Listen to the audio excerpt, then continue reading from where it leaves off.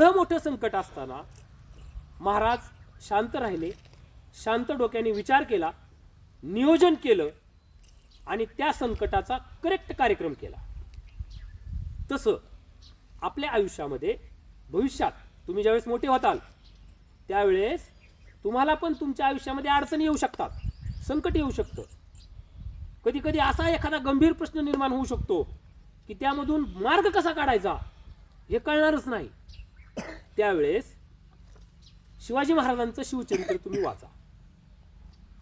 त्यातला प्रत्येक प्रसंग आपल्याला असं सांगतो की संकटामधून बाहेर कसं पडायचं.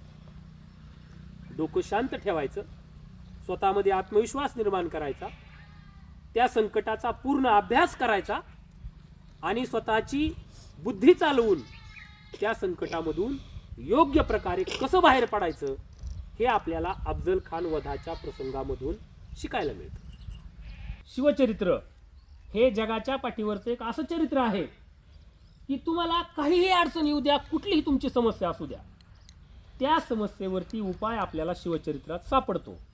म्हणून तुम्ही ज्यावेळेस मोठे व्हाल त्यावेळेस हे लहानपणी सांगितलेलं सगळं लक्षात ठेवा आणि त्याचा उपयोग आपल्या आयुष्यामध्ये मोठं झाल्यानंतर करून घ्या. छत्रपती शिवाजी महाराज की जय.